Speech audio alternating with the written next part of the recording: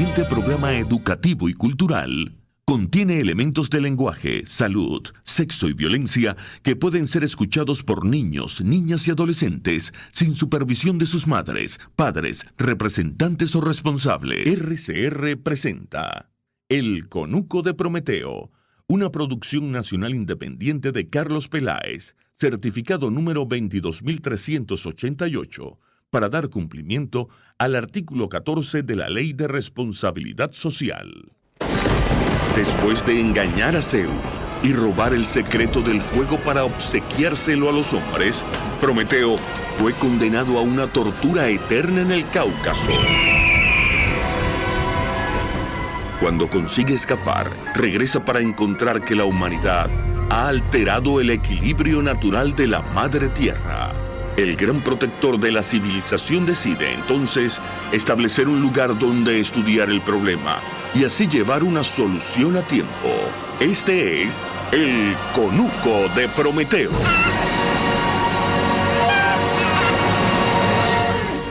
Bienvenidos al Conuco de Prometeo, este espacio sabatino de 1 hora que humildemente intenta buscar las soluciones más integrales y más adecuadas para los problemas ambientales que nos aquejan y también para difundir un poquito sobre la importancia y lo maravilloso que es el ambiente y específicamente el ambiente del cual tenemos aquí en Venezuela, que es uno de los más interesantes y más biodiversos del planeta y por lo tanto tenemos que ser muy responsables con él.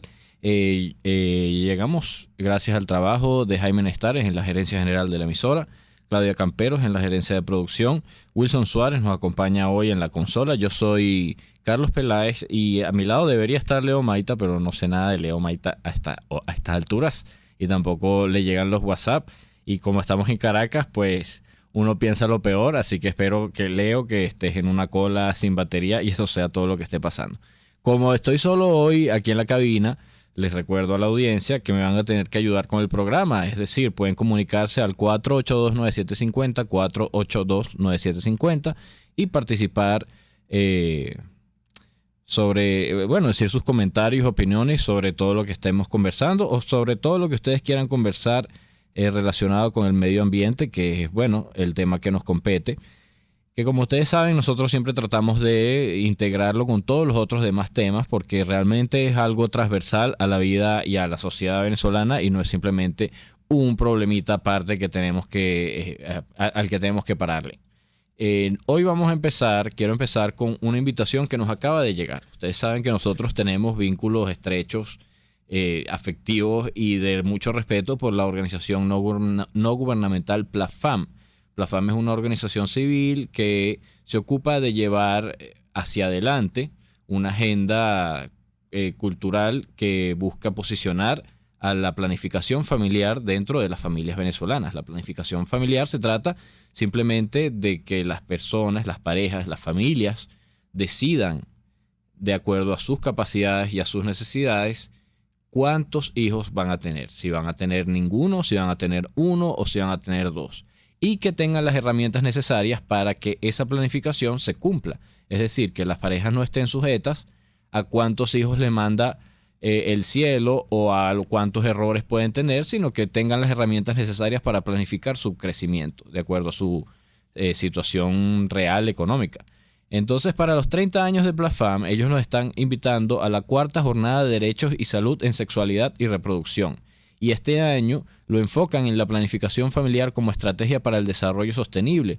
Algo muy importante porque ¿qué pasa? Cuando las familias tienen más hijos de los que pueden manejar, eso es una trampa de pobreza. Eso evita que las familias salgan de la pobreza o, si no se encuentran en situación de pobreza, hace que puedan caer en ella. Y eso es un problema muy grande para el desarrollo sostenible. Entonces el evento se va a realizar el 24 de mayo en el auditorio de Teatrex, ubicado en la urbanización El Bosque. Eso es en el edificio de Fede Cámaras y va desde las 8 a.m. hasta la 1 p.m. La entrada es completamente gratuita, pero si ustedes quieren participar, tienen que enviar un correo a la dirección info@plafam.org.be. Plafam termina en M. Y tienen que poner ahí su nombre, su ocupación y el número de contacto para realizar la confirmación de su asistencia. En este foro Se espera contar con las ponencias brindadas por un grupo de expertos calificados que tendrán como objetivo ofrecer a los profesionales una actualización en el tema del desarrollo sostenible enfocado en la planificación familiar. Y más allá de aportes específicos de la institución, van a tratar de hablar de los conceptos de planificación familiar para que esto sea incorporado a las estrategias. Que por ejemplo, si usted es un funcionario público, usted esté versado en estos temas para que pueda, dentro de su trabajo, incorporar conceptos de igualdad de género, garantía de derechos sexuales y derechos reproductivos. Y todo esto ellos lo hacen porque quieren ayudar a que se cumplan los objetivos de desarrollo sostenible de la Agenda Global 2030, que es un tema del cual hemos hablado poco aquí en el Conuco de Prometeo, pero es realmente importante. Usted, no sé si recuerdan que en el milenio pasado, nosotros estábamos hablando de los objetivos de desarrollo del milenio. Hola, mira, ya llegó Leo Malta. No, Leo Malta no estaba muerto. No lo atracaron, no le pasó nada. Bueno, no lo sé. No. Cambio de horario. No sé, chamo. Me agarró un pelín de cola, pero todo bien. Claro, gracias. Claro. Sabes que uno siempre piensa lo peor. La cosa es que los objetivos de desarrollo sostenible son los que sustituyen esos objetivos de desarrollo del milenio que estaban enfocados principalmente en salir de la pobreza. Entonces todos los objetivos de desarrollo del milenio era acabar con con el hambre, acabar con el analfabetismo, etcétera, etcétera, salir de la pobreza. Esos, se cumplieron algunos, no se cumplieron otros, pero esos objetivos caducaron. Y ahorita tenemos la Agenda 2030, que son los objetivos de desarrollo sostenible, que quiere decir que si uno saca a 20.000 personas, a 20 millones de personas de la pobreza, se supone que tiene que ser en un sistema que dentro de 5 años no las vuelva a meter. Exacto. Que fue lo que pasó aquí en Venezuela, por cierto, que nosotros Hugo Real nos fuimos de jeta, como dicen los maracuchos, diciendo que sacamos a todo el mundo de la pobreza. 17 años después estamos peor. Hay más gente en la pobreza. Eso es lo que significa desarrollo no sostenible. Y como estamos buscando desarrollo sostenible, dentro de esos objetivos de la Agenda 2030 hay un fuerte peso para la parte ambiental, que es importantísima para la sostenibilidad del desarrollo. Y dentro de eso también entra la parte de planificación familiar, y Plafam nos envía este foro que se ve de lo más interesante, y yo les recomiendo que asistan si tienen algún interés por salvar el planeta o el país. Esto va a ser el 24 de mayo, repito, en el Auditorio Teatrex del edificio Fede Cámaras en El Bosque, desde las 8:30 hasta la 1 p.m. y su participación la deben confirmar a info@plafam.org.be. ¿Esto es gratuito? Gratuito. Está bien, está bueno. Entonces eso es Teatrex, pero no de Latillo, sino del Bosque. Uh-huh. Quiero confusiones. No sé si tú ya empezaste con las noticias. Creo que no ha dado tiempo. Acabamos de empezar el programa. Bueno, tenemos noticias para el día de hoy. Tenemos noticias nacionales Wilson. Importantes, como por ejemplo la publicación en Gaceta Oficial de un nuevo plan para establecer unas empresas controladas por el gobierno para el comercio de aluminio reciclado. Sí, fíjate que esto lo estuvimos buscando porque el fin de semana fui a llevar mis cuestiones de reciclaje a la Plaza de los Palos Grandes, que es donde siempre las suelo llevar, y no estaba el contenedor para latas de aluminio. Uh-huh. Y le pregunté al señor y me dijo, no, eso es que ahorita es del gobierno. No me supo explicar realmente muy bien, pero me puse a indagar y efectivamente el gobierno sacó un decreto según el cual la comercialización de aluminio para reciclar y de otros metales para reciclar, que es competencia ahorita del gobierno nacional. Porque en la justificación del decreto lo que dice es que como tenemos la misión vivienda esta que necesita materiales, entonces todo el aluminio que usted quiera reciclar hay que vendérselo al gobierno. Ojo, aluminio, cobre y hierro. Eso, metales que sirvan para construcción.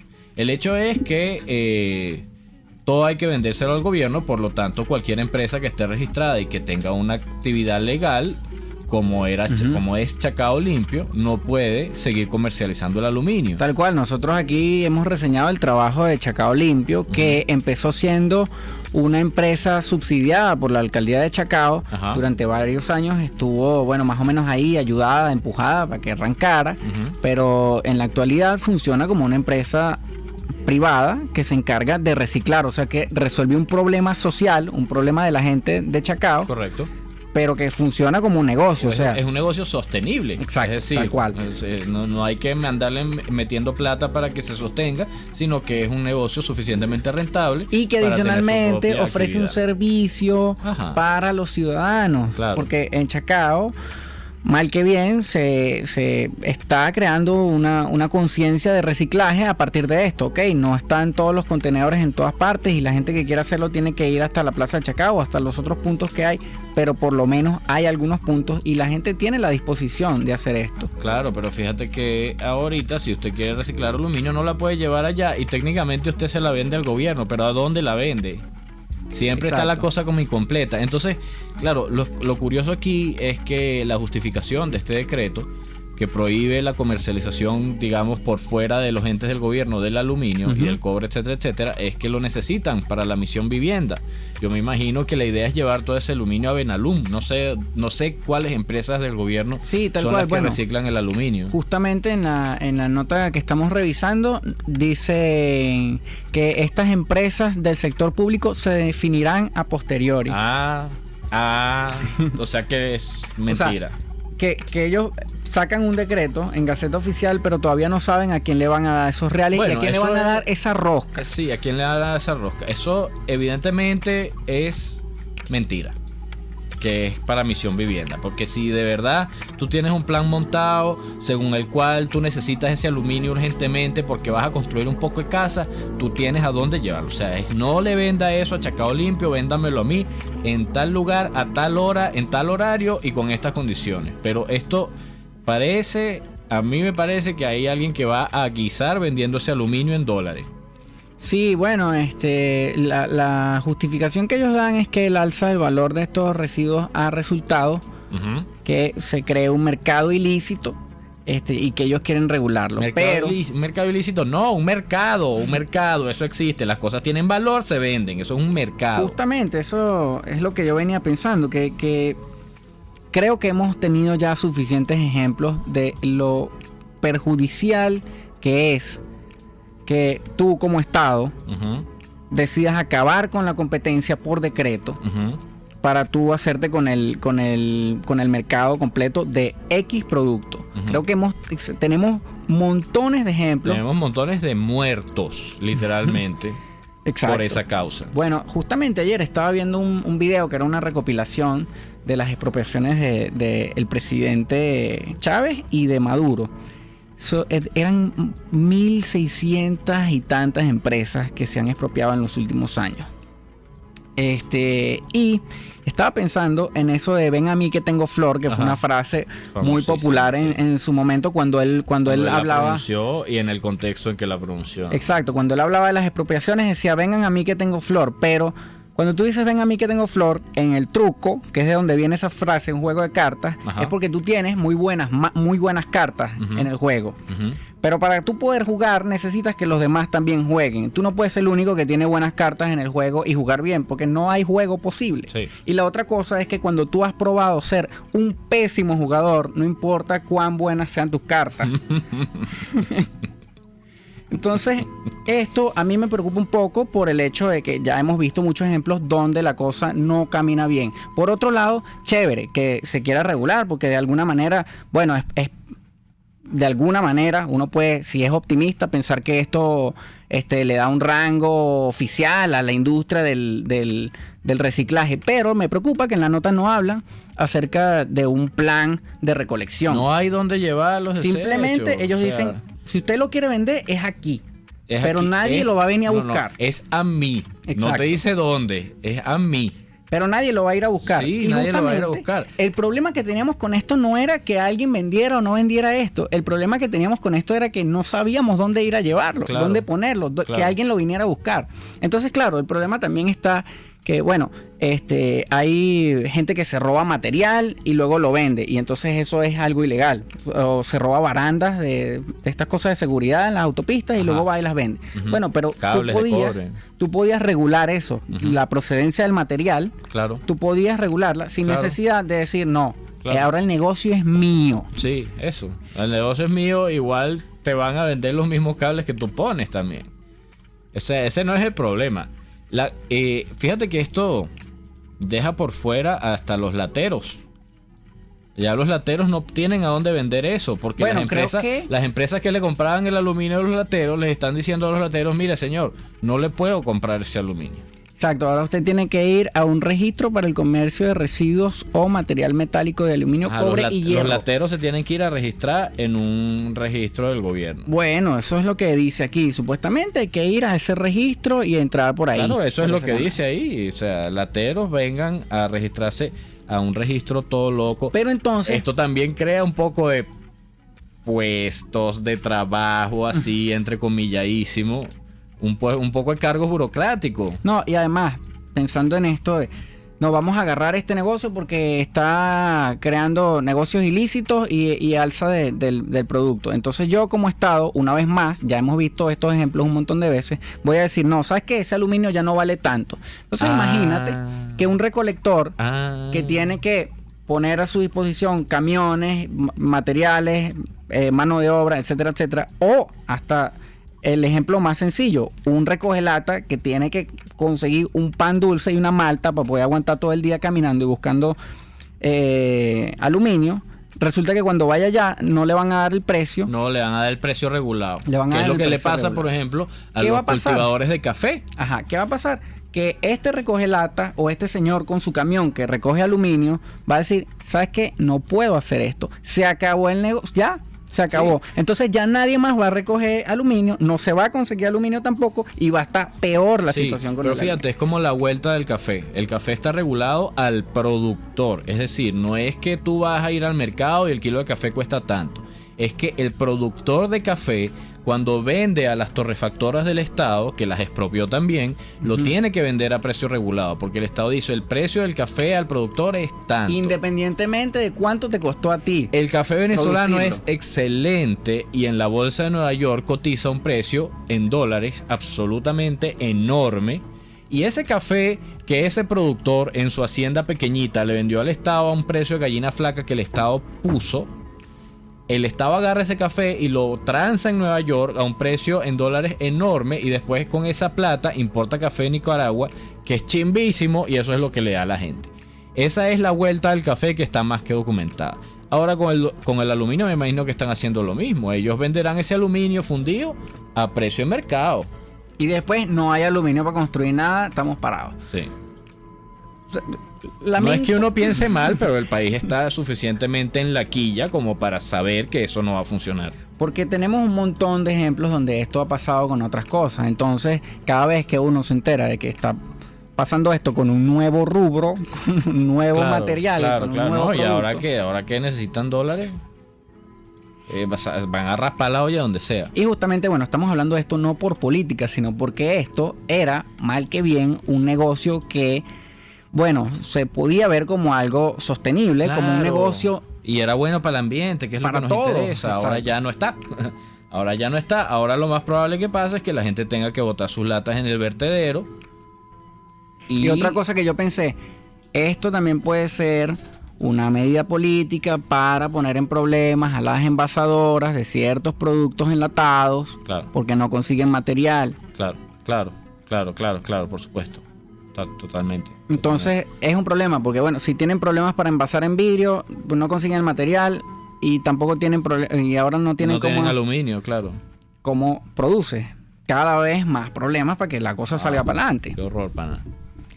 Bueno, es que claro, es que el ambiente es un tema político, es un tema absolutamente político, porque de él depende nuestro alimento, nuestra agua, nuestro modo de vida, de él depende todo. Entonces, quien controla el ambiente controla a la población. O quien no se ocupa de eso, no se está ocupando de la población. De manera que el ambiente es un tema eminentemente político. Y claro, nosotros aquí en el Conuco estamos en una etapa darks. Pero es que la cosa está muy mal en el tema ambiental y es realmente grave, y eso lo vamos a ver un poquito más adelante, porque vamos a seguir hablando del arco minero, porque realmente es el tema más importante en ambiental que hay ahorita en Venezuela, y cuidado si no en el continente. Más grave, no importante, grave. Emergencia, es una emergencia, es un tema absolutamente urgente, que por cierto tiene mucha relación con las expropiaciones que estábamos hablando, y de esto podemos empezar a hablar de una. Sí, bueno, resulta que las culturas Yecuana y Sanema, enviaron un documento después de... Tuvieron una asamblea y el documento que salió de esa asamblea es ellos fijando posición sobre el tema, las etnias de la cuenca del río Caura, fijando posición acerca del proyecto del arco minero. Lógicamente ellos están atacados por este tema, porque para ellos la minería ha sido lo peor que les ha podido pasar en su vida. ¿Qué dicen ellos? Resumiendo lo que ellos dicen, las culturas Yecuana y Sanema dependen de los bosques, caños y demás ecosistemas y recursos naturales de la cuenca del río Caura para poder seguir existiendo. No estamos hablando ni siquiera de calidad de vida, estamos hablando de existencia. Y como consecuencia de la actividad de minería ilegal en nuestro territorio, se han dado los primeros impactos ambientales y de salud humana que constituyen pasos tempranos de un proceso que a nivel internacional se tipifica como etnogenocidio, al cual estamos todavía a tiempo de evitar. ¿Por qué ellos tipifican esto como etnogenocidio? Porque quienes están en situación de vulnerabilidad ahí son las etnias indígenas. Nadie más, porque son las que consumen pescado con mercurio a partir del río, porque son las que no van a tener dónde cultivar su yuca y dónde hacer todo su modo de vida completo que depende absolutamente del bosque y del río. Entonces, cuando tú destruyes eso, los estás destruyendo a ellos, porque los mineros traen su comida de Brasil, traen sus dólares de afuera y sacan hierro para el cual no necesitan, sacan oro y diamantes para lo cual no necesitan la selva. Entonces, los que se van a morir ahí son los indígenas. Y ya reportan casos donde las personas tienen mercurio, ya están dando muestras de que están contaminados. Los pescados tienen altas proporciones de mercurio en sus músculos, y al tú consumirlo se te queda en tu cuerpo. Y de todo, porque la minería trae para esos lugares, trae prostitución, trae alcohol, trae drogas, o sea, ahí con la minería entra todo, destruye completamente la cultura de los indígenas. Y de hecho esta asociación Cuyuyani, que es una asociación realmente políticamente muy activa, ya ellos han tenido muchos encontronazos con la Guardia Nacional debido al tema de la minería, porque la Guardia Nacional está protegiendo a los mineros. Claro. Y eso lo pueden ver en un video, una película de un reportaje de un periodista español absolutamente escalofriante sobre la minería ilegal en la Amazonia venezolana, en donde ahí se ve cómo está toda la mafia. O sea, a los pranes se le paga 20% de los dividendos del oro para que los protejan, y los pranes le pagan a los militares para que no se metan. O sea, es todo un sistema horrible. Y la asociación, organización indígena de la cuenca del Caura, Cuyuyani, está denunciando esto, y ellos terminan su carta diciendo queremos seguir existiendo. Muy grave, o sea, muy pesado. Claro. O sea, es muy pesado, es muy doloroso que una persona te diga queremos seguir existiendo. La vida vale más que el oro. Ese es el final de esta carta. O sea, aquí no estamos hablando de mis derechos o tal, estamos hablando de su vida. Bueno, este grupo había tenido, nosotros habíamos reseñado este problema que habían tenido una vez, y no les paran. Ellos dicen que esta carta quieren hacerla llegar al presidente. No, claro. Y nosotros estamos haciendo mucha insistencia en este tema en los últimos programas, porque realmente es algo que, independientemente de su posición política, es algo que tenemos que parar. Claro. Es algo que tenemos que parar. La gente tiene que protestar por esto, la gente tiene que decirle, no estoy de acuerdo con esto. Sí. O no no me vayan a meter preso, no estoy llamando a que la gente se mate por culpa de esto. Lo que queremos es no morirnos todos. Exacto. Porque fíjate, ahorita que hablas de las parcialidades políticas en este tema, casualmente esta semana a la Comisión de Ambiente de la Asamblea Nacional fue a declarar, o no sé cuál es la palabra técnica, pero fue la exministra de Ambiente de Chávez, la que más duró en el cargo, que es Annalisa Osorio, que también es, o creo que fue porque la votaron, miembro de la directiva del Partido Socialista Unido de Venezuela, una chavista en tuétano. Entonces ella fue allá a explicar cómo la explotación del arco minero pondrá en riesgo 12% del territorio nacional, y ella decía que es un tema de soberanía, porque claro, adicionalmente, para empezar, tú estás hablando de una de las selvas más ricas del planeta que está bajo tu custodia y que es tuya. A mí no me gusta usar esa palabra, pero legalmente es tuya como país. Entonces tú vas a dejar que a esa selva la destruyan. Entonces estás destruyendo tu territorio. Efectivamente, hay un ejército extranjero, porque ahí no trabajan venezolanos nada más, destruyendo tu territorio. Pero fíjate lo que dice Annalisa Osorio. Serán 150 empresas extranjeras que van a tener sus propios ejércitos y su propia seguridad dentro de nuestro territorio para actuar contra la inseguridad que sabemos que existe en la zona y que no está controlada. Claro. Entonces, claro, ahí hay un problema de inseguridad que las empresas extranjeras, que pues tienen muchos intereses económicos ahí, van a tener que traerse sus mini ejércitos al territorio venezolano. Y otra cosa que me parece muy interesante es que Annalisa Osorio dice que la empresa que estaba trabajando en esto mientras ella estaba en funciones con el presidente Chávez, era una empresa canadiense. Gold Reserve, la famosa empresa canadiense que fue, cuya mina Las Cristinas, que tenía una concesión del gobierno nacional, esa concesión fue revocada. Cuando Chávez dijo, dejemos eso así hasta que haya tecnologías que permitan extraer las riquezas sin hacer más daño. Y de alguna manera están haciendo exactamente lo contrario. Entonces, claro. El legado, what? No, el legado nada. El legado, para empezar, no existe, pero... Claro, pero es una contradicción. Yo puedo darle el beneficio de la duda a Annalisa Osorio de que ella de verdad sacó de ahí a la empresa Gold Reserve bajo criterios ambientalistas. ¿Qué pasa? Cuando le expropian la mina a Gold Reserve, que realmente no fue una expropiación, sino fue una revocatoria de la concesión, Gold Reserve se va, pero a Gold Reserve han debido compensar económicamente por eso que se hizo, por ese procedimiento. Eso nunca pasó.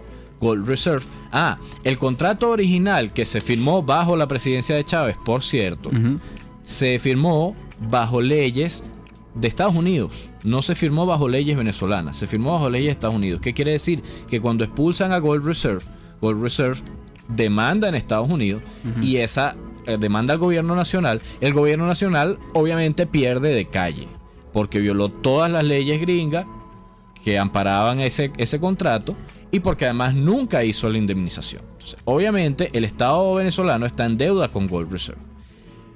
Cuando la debacle del petróleo, el gobierno de Maduro le dice a Gold Reserve, ok, sigue explotando tu oro ahí. Y Gold Reserve le dice, no puedo porque eso está invadido de mineros ilegales, de pranes, de prostitutas, de narcotraficantes. O sea, ¿qué voy a hacer yo ahí? Salvo que se mueran todos mis empleados. Exacto. Entonces, ahí hubo dos acciones. Primero, la masacre famosa de Tumeremo. O sea, vamos a matar a todos los que se pueda ahí. Eso no se logró.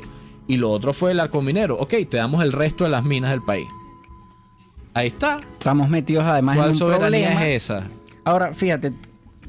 Entonces esto no se puede echar para atrás ya. Bueno, yo creo que se puede echar para atrás en tribunales ambientales, no lo sé. Pero fíjate que eso es lo que dice la Asamblea Nacional. Nada de esos contratos son válidos porque no han pasado por la Asamblea. Como para que ellos digan, bueno, hasta que yo no firme con la anuencia del poder legítimo, pues no sé. Yo no sé en qué va a terminar eso. El hecho es que los venezolanos tienen que estar muy pendientes de este tema, pues estamos a punto de perder uno de nuestros tesoros más grandes. Y que además esto va a repercutir no en nuestra calidad de vida aquí en Caracas, que va a pasar, sí, claro, sino también en todo el continente. O sea, esto, o sea, estamos quedando mal con nuestros vecinos. Sí, claro, por supuesto. Bueno, el ex ministro del Ambiente, por cierto, Guillermo Barreto, que me dio clase a mí y que además estuvo en el cargo muy poco tiempo. Yo tenía bastante fe en él, pero ayer andaba diciendo que no, realmente la sequía no ha terminado. Lo que pasa es que llovieron algunas lluvias. O sea, como diciendo como que no, bueno, va a seguir habiendo racionamiento porque es que no ha llovido lo suficiente. No es que no ha llovido lo suficiente, es que el Caroní se está secando. Y se está secando porque lo están pelando. ¿Cómo un ministro del Ambiente no dice el Caroní se está secando, tenemos que hacer algo? No. Imagínense, el problema es el capitalismo, que fue literalmente lo que dijo. Y van a seguir repitiendo eso. Y la única manera de que esto bueno, nos sigan dando es que la gente sepa qué es lo que está pasando. El Caroní se está secando porque lo están pelando. Sí, claro, y lo dijo él mismo, dijo, el problema es que el modelo económico capitalista depredador, hasta que eso no cambie, este problema se arreglará. Chévere. Mientras tanto seguimos depredando por acá. Eso, chévere, deje de vender el oro es capital. ¿Usted qué opina? 3456 por un bolívar fuerte más básico más IVA y @PrometeoRCR, que es nuestra cuenta en Twitter. Creo que teníamos una llamada en línea, pero no sé si sigue ahí. Sí, disculpe, es que Wilson nos avisó, pero estábamos tan emocionados con la discusión que se nos olvidó que teníamos llamada en línea. ¿Está ahí? ¿Usted sigue?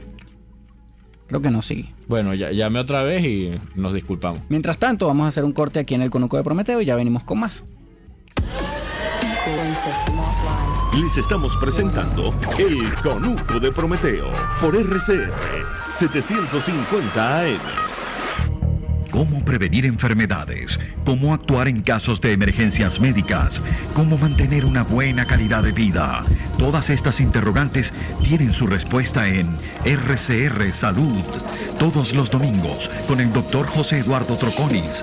Comparte con nuestros oyentes notas de bienestar físico, salud mental y social para el buen desarrollo del ser humano. RCR Salud. Todos los domingos a las 10 de la mañana. Por RCR. En RCR somos entretenimiento. Desconectarse un rato de los problemas nos ayuda a verlos desde otra perspectiva y a encontrar las anheladas soluciones. Por eso cada tarde les traemos iniciativas, emprendimiento, salud mental, física, espiritual y sobre todo calidad de vida. Porque sí es posible vivir en Venezuela sin estrés. Sin estrés. Con Verónica Oliveros. De lunes a viernes a las 3 de la tarde. Por RCR 750 AM. ¿Qué tal, amigos? Les habla Julio Borges. Todos los lunes estaré contigo por RCR 750 AM. Acompáñame de 1 a 2 de la tarde. Contigo, Julio Borges. Todos los lunes, contigo. Solo por RCR 750 AM. Porque lo bueno une. Usted escucha El Conuco de Prometeo con Leo Maita y Carlos Peláez. Solo por RCR 750 AM. Este es el Conuco de Prometeo. Sí, seguimos discutiendo sobre estos temas que tienen que ver con Venezuela y el mundo. Y Venezuela en el mundo. Y la cara que va a poner Venezuela ante el mundo. Exactamente. Tenemos 2 llamadas en línea. Aló. Buenas tardes. Buenas tardes. Es la señora Alegría. ¿Cómo están ustedes? Muy bien. Bueno, mire, fíjese ustedes que ustedes estaban hablando sobre el guri, el arco, ¿cómo se llama? Arco minero. Arco minero. Correcto. Eso es gravísimo porque tal parece como que hemos retrocedido en la época de la colonia. Porque ahí lo que hay son unas cuerdas de piratas vulgares e indecentes que vienen a saquear a Venezuela. Correcto. Tanto venezolanos como extranjeros. Correcto. Porque eso es que una piratería vulgar e indecente que dan asco. Hasta buceador se han metido para sacar las vetas de oro y de brillante y de esmeralda. Otra cosa que les voy a comentar. El Bora Bora está causando mucho estrago en la mariposa. Entonces aquí este régimen, porque no se le puede llamar gobierno, no está haciendo nada, porque no le interesa, porque es así. Y el niño no tiene nada que ver con la sequía. Ellos todo eso lo hicieron adrede para que se secara el guri, para poder ellos excavar y sacar ¿cómo que se llama? La riqueza que hay en el suelo de Venezuela. O sea que el mismo venezolano, ellos, porque Maduro no es venezolano, es colombiano. Pero los otros que son venezolanos, ¿cómo es posible que estén destruyendo su propio país en esa forma? Y están matando también a la gente. Hay muchos que están matando que son inocentes. Bueno, yo los dejo y hasta luego que tomen en consideración la mariposa. Sí. Porque está causando mucho estrago el Bora Bora. Sí, muchas gracias, señora Alegría, por su intervención. Estoy totalmente de acuerdo con usted en todo lo que expresó, incluso con la parte de que ellos a propósito, que no hay pruebas de que ellos a propósito hayan secado el guri, pero por omisión de todo lo que se debió haber hecho en el área ambiental, hay culpabilidad. Entonces sí fue a propósito. Tenemos otra llamada en línea. ¿Aló? Sí, buenas. ¿No? ¿Aló? Ajá. ¿Qué tal? ¿Cómo está? Hola, ¿qué tal? ¿Cómo está? ¿Le escuchamos? ¿Aló? Sí, dígame.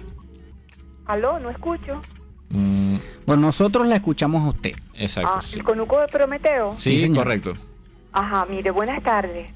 Le felicito por su programa, pero lamentablemente yo creo que es una guerra perdida, porque el gobierno necesita dinero y como precisamente el aspecto ético no forma parte de su ideología, yo no creo que vayan a atender nada que sea contrario a lo que ellos desean hacer, ¿no?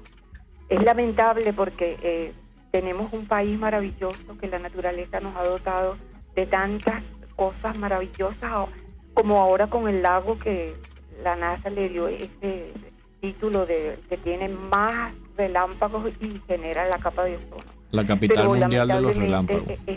Hasta que esto no termine, esto no tengo ninguna esperanza, pero de todos modos les agradezco que ustedes tengan la valentía y la tenacidad de luchar. Buenas tardes, hasta luego. Sí, lamentablemente, en realidad aquí estamos de acuerdo con que es muy difícil que en estas condiciones se haga algo. Yo creo que las condiciones hay que cambiarlas. Eso es a lo que estamos apuntando con el discurso. Creo que es bastante claro. Pero bueno, lo importante es eso, que la gente sepa claro, lo que está para pasando. Que eso pase, la gente tiene que estar clara, tiene que estar activa, tiene que, entender, entre otras cosas, que el tema ambiental tiene que ver con su calidad de vida. Y poder ver un poco más allá de lo que dicen, porque si te están bombardeando por todos lados diciéndote, no, eso es el niño sí, y ya. Claro. Si nadie te lo explica bien, entonces es muy fácil de creer porque te lo repiten muchas veces. Claro. Respecto a lo que decía la señora Alegría de la bora. La bora es una planta que efectivamente está prosperando mucho, no solo en la mariposa, sino en muchos embalses de Venezuela. Y esa bora es uno de los problemas que tiene, es que seca los embalses, porque tiene una tasa de evaporación muy alta y va secando el agua de los embalses. Pero también la bora, como pasa con la lemna en Maracaibo, es un indicador de que esas aguas no están limpias. ¿Por qué? Porque las plantas, la bora, como cualquier planta, toma nutrientes del agua y los utiliza para crecer. Uh-huh. Si la planta está creciendo descontroladamente, quiere decir que esos nutrientes, que esa agua está llena de nutrientes. Exacto. ¿Y esos nutrientes de dónde vienen? Del pupú, del pipí y de los fertilizantes, que no deberían estar en una cuenca acuífera para consumo humano. Exacto. Entonces ahí hay un problema ambiental que viene de la cuenca, no es solo el problema de la bora. Cuando usted limpia la cuenca, la bora se va sola, porque claro, ya no tiene nutrientes. No puede vivir ahí. Claro. Mira, a través del 3456 por un bolívar fuerte más básico más IVA, a propósito de la minería ilegal, dice, soy Carmen Arias, hablando de pranes, el pran apodado Juancho, que comanda en la zona minera de Las Claritas, antes iba a pasear a la Gran Sabana en su Homer, con 20 escoltas motorizados y armados. Ahora en enero lo hizo con un helicóptero, o sea que está prosperando. Uh-huh. Y eso es contado por los pemones a quienes él les dio colita. Tenemos otra llamada en línea. ¿Aló? Hola. Buenas tardes. Buenas tardes. ¿Cómo están ustedes, muchachos? Bien. Cónchale, excelente los programas. Y los micros ni hablar. Mira, yo quiero preguntarle qué supieron por fin de las matas, de las palmas de allá de Bocabichire, que tenían, ¿cómo se llaman aquellos animalitos? Tenían una plaga, correcto. ¿Supieron ustedes algo de eso? Bueno, de todas maneras, si saben, no lo recuerdan. 1.000.000 de gracias por todo lo que nos ofrecen todos los sábados. 1.000.000. Gracias por esa palabra. Bueno, yo justamente... al poco tiempo de traer al invitado que estaba haciendo la denuncia, hablé con uno de los integrantes de Avepalmas y él me dijo que ya tenía el contacto, este señor, que él estaba en contacto con él. No sé si finalmente pudieron hacer algo al respecto. Sí. Y la otra cosa era, someter estas palmas a un tratamiento, pero bueno, es una cosa que había que importar. Y además es difícil porque, a ver, si tú fumigas esa larva tan agresiva, tienes que echar una cantidad de fumigante muy grande, muy tóxico muy grande, eso va al ecosistema, ¿no? Por cierto, tú que estuviste hace poco en el Jardín Botánico, ¿cuál era el estado de las palmas de ahí? Patético. ¿Pero tienen plaga o es porque están descuidadas? No, porque eso es un palmetum. Ahí hay muchas palmas que no son de esa zona. De manera que hay que cuidarlas especialmente porque son palmas de lugares donde llueve todo el año. Okay. Entonces, les agarró la sequía y el jardín botánico no tenía cómo regarlas y se murieron de sequía, pues. Hubo unas que sobrevivieron, por supuesto, porque hay otras palmas que sí están acostumbradas a ese clima. Pero la mitad del palmetum yo lo vi muerto por el tema de la sequía. Y lo que te iba a decir con el tema de fumigar a esas palmas, también ocurre en la naturaleza, en los ecosistemas sanos, que ocurren plagas, pues. Eso pasa. Y se mueren un poco de árboles y eso le da oportunidad a árboles jóvenes de volver a crecer. Es decir, lo que pasó en Boca de Uchire no sería tan grave si se hace un programa de reforestación de esas palmas y de renovación de esas palmas. Es una opción. Pero para eso, tiene que ponerse la gente de acuerdo, trabajar, porque no son dos palmas. ¿no? Entonces es algo que necesita trabajo, en serio. Sí. A través del 3456... privada, pero bueno. Pues sí, puede ser, o sea, si no, porque no siempre la solución es el gobierno, puede ser gente que, yo tengo mi posada o somos un grupo de empresarios, cada uno tiene su posada, vamos a poner real, pero eso ya no existe en Boca de Uchire, porque en Boca de Uchire hay demasiado malandro. Demasiado malandro, claro, cómo no.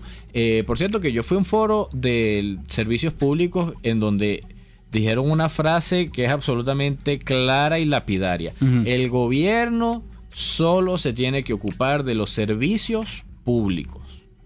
Todo lo demás es responsabilidad de la ciudadanía.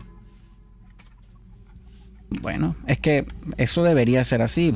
Pues no hay manera, o sea, usted puede ser un fenómeno, pero usted no puede ser bueno en todo. No puede ser bueno. Es más, usted puede ser bueno en todo, pero no puede estar en todo. Claro. Sí, porque el problema aquí es que el gobierno tampoco hace la responsabilidad que se autoadjudica. Entonces, ahí tenemos un problema. Por el 3456 por un bolívar fuerte más básico más IVA, dice Jesús Díaz, amigo, el gobierno quiere acabar con la fauna, eliminó al conejo, el picure y el topo. Chiste. Porque no los eliminó antes. Y hola, buen programa, ustedes son simpáticos, de verdad, aprendemos mucho, los felicito, Maru desde Cabrimare. Bueno, gracias por escucharnos. Tenemos más noticias, Peláez. Sí, tenemos más noticias. Como por ejemplo, esta que aunque es una nota extranjera, nos preocupa también aquí, pues el tema de los murciélagos que se están acabando, o que se pueden acabar. Fíjate, los murciélagos están amenazados a nivel mundial, más o menos. Hay como dos causas famosas. Una es una plaga de hongos, una peste de enfermedad producida por un hongo, que eso es sobre todo en los sitios del norte, o sea, en los sitios de 4 estaciones, etc. Hay otra causa que son las turbinas eólicas. Viste que no eran tan buenas, va a salir alguien por ahí. Fíjate, yo no sabía eso. A los pájaros no les importan las turbinas eólicas, pero algunos murciélagos, como ellos se ubican por ecolocalización, haciendo eco, las turbinas eólicas a veces las confunden y ellos se dan contra la turbina y en muchos casos se mueren. Lo interesante es que eso ocurre nada más en los momentos de viento lento. Entonces, si tú trancas la turbina cuando no hay suficiente viento, no deberías tener ningún problema. Que es algo que normalmente se hace de todas maneras, porque una turbina dando vueltas a muy baja velocidad no te sirve para nada, sino para desgastar la turbina. Claro. Entonces, por ahí es una situación manejable. Y en Venezuela, el problema es pérdida de hábitat. Y que la gente los mata. Porque les tiene miedo. Aquí mucha gente en Venezuela cree que los murciélagos son vampiros. Y si bien hay murciélagos que son hematófagos, es decir, consumen sangre, generalmente de vacuno o de animales de ese tipo, de dantas, etcétera. Animales grandes y lentos. Son una muy pequeña minoría de las especies de murciélagos que tenemos en el país y ciertamente no son las que tenemos en Caracas. Generalmente los murciélagos consumen insectos, consumen polen y néctar y consumen frutas. Esas son las tres, dependiendo de la especie, las tres cosas que los murciélagos consumen. Y realmente yo aquí lo que queremos hacer es como una reivindicación del murciélago. Abogar sí, un poco por él, por su mala fama. Sí, por porque su bueno, mala fama. la gente también puede estar pensando, no, es que los murciélagos traen enfermedades. Pero este artículo es muy interesante porque dice que los murciélagos que pueden traer enfermedades son los murciélagos que viven en sus hábitats apartados de los seres humanos. Claro. Y que al ser amenazados esos hábitats, ellos se tienen que mover en busca de alimentos. Sí. Entonces es cuando se mueven hacia los sitios poblados. Y entonces es cuando entran en contacto con otros murciélagos o con los seres humanos. No, y también hay un tema de spillover. Los murciélagos efectivamente tienen... De hecho, esto es un tema que en biología se discutió mucho. El mejor modelo biológico para estudiar fisiología humana es el murciélago. Es el que más se parece al humano. Es un mamífero para empezar. Es un mamífero que tiene una tasa metabólica muy similar a la del humano porque... A pesar de que es pequeño, es un mamífero volador. Y también bioquímicamente es muy similar al humano. Entonces estudiar los modelos bioquímicos en murciélagos era una maravilla. Igual que hacerlo en cachicamos, que tiene un sistema similar. El problema es que los murciélagos y los cachicamos se reproducen muy poco. No se reproducen en cautiverio, en un bioterio. Y por lo tanto... Tú no podías andar yendo a buscar murciélagos al campo cada vez que tú querías porque venían con miles de otras enfermedades, entonces no eran un modelo limpio y eso se dejó de usar y entonces ahorita lo estudiamos todos en rata. Pero justamente porque los murciélagos tienen una fisiología tan parecida a la del humano, también son huéspedes de muchos virus y muchas bacterias que son susceptibles de atacar al humano. El problema es cuando usted se pone a manipular un animal salvaje que puede contagiarle una enfermedad. Claro. El animal no va a venir como un zancudo a picarlo y a contagiarle la enfermedad. Exacto. Eso es como la campaña esa contra el chipo. El chipo no es un asesino en serie que vaya a buscarlo usted para matar. Claro. El problema es que cuando los murciélagos y cuando los chipos pierden su hábitat natural, van a buscar comida a las ciudades y a los caseríos. Y eso tampoco es problema, porque el problema viene de pronto cuando la gente, los niños, los chamos empiezan a manipular al animal porque lo cazan, etcétera, se pueden enfermar y a partir de ahí es que sale la epidemia, a partir de la primera persona que se enferma. Pero en general, los beneficios que nos traen los murciélagos son muchísimo más grandes que esa posibilidad de que en algún momento algún virus que tenga el murciélago se le pase a un humano. Porque ¿qué pasa? Como les dijimos, los murciélagos comen insectos. Esa es la primera razón por la cual nos convienen los murciélagos. Comen chipos, comen zancudos, comen moscas, comen chiripas, comen polillas. ¿Y sabes qué otra cosa comen?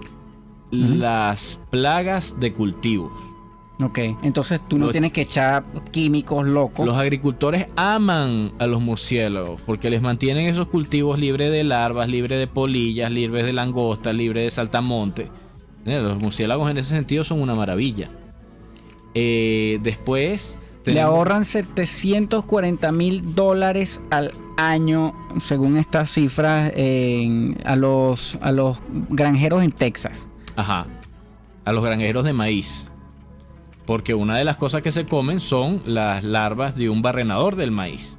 Entonces los murciélagos son buenísimos. Se comen cocos, que también depositan unas larvas que comen cultivo. Después están los murciélagos que consumen néctar y polen. Esos murciélagos polinizan plantas. Y muchas de las plantas que polinizan son de interés comercial. Por ejemplo, los mamones. Una cosa que a mí me gusta mucho y que veo muy poco que se llama guama. Que es una fruta exquisita. Esa es polinizada por murciélago. La tapara es polinizada por murciélago. Las musáceas, es decir, cambures, plátano. El cacao, según dice el aquí. Cacao es polinizado por murciélago. El tequila también. El agave del tequila y del cocuy venezolano. Entonces, bueno, o sea, es algo que nos conviene. Entonces, esta mala fama del murciélago no... Sí, porque es importante, porque cuando la flor se poliniza, genera la fruta, que es lo que nosotros consumimos. O sea, una flor que no se poliniza no produce fruto. Y también dispersan semillas. Que son importantísimas para la restauración de los ecosistemas. Es decir, Si usted tiene una población de murciélagos lo suficientemente grande y una población de pájaros frugívoros suficientemente grande, usted no tiene que hacer enormes, grandes, gigantescas, costosísimas campañas de reforestación, sino que a partir de los parches que quedan con bosque y en donde hay murciélagos y aves, ese parche se va expandiendo su tamaño gracias a que los murciélagos defecan en los sitios donde no hay árboles y dejan ahí las semillas de esos árboles que consumieron en el parche arborizado. Moraleja, la próxima vez que usted vea un murciélago, no piense en un enemigo malvado. Claro, para nada. Sino en un trabajador que está haciendo ahí un servicio para usted. Servicio ambiental, eso es lo que son los servicios ambientales. Y no son solo los murciélagos, eso aplica también para los tuqueques, para las culebras. Por ejemplo, los agricultores de maíz aman a las culebras. Un agricultor de maíz jamás le va a pegar un machetazo a una culebra. Mira, a través del 3456 por un Bolívar fuerte más básico más IVA tenemos muchos mensajes y como ya estamos yéndonos, quería saber si tú puedes responder a este. Ustedes podrían decirme qué categoría tienen los terrenos que se encuentran en los alrededores de la Mariposa hasta la cortada del Guayabo, porque en esa zona están deforestando y haciendo viviendas a lo largo del río que desemboca en el embalse de la Mariposa. Esto lo dice Coromoto Rodríguez desde San Diego. Ahí está prohibido construir. Pero tiene, o sea, ha sido decretado. Debería, ¿no? Si se supone que es una zona, es una zona protectora del embalse, es la zona protectora del embalse, que está, por cierto, dentro de la zona protectora de Caracas, porque las grandes ciudades también tienen que tener una zona de amortiguación arborizada, etcétera, etcétera. Pregunta, ¿qué se puede hacer con respecto a la deforestación y la construcción de viviendas a lo largo del río que desemboca en el embalse de la Mariposa? ¿Qué hacer con esto? Bueno, eso hay que aplicar las leyes.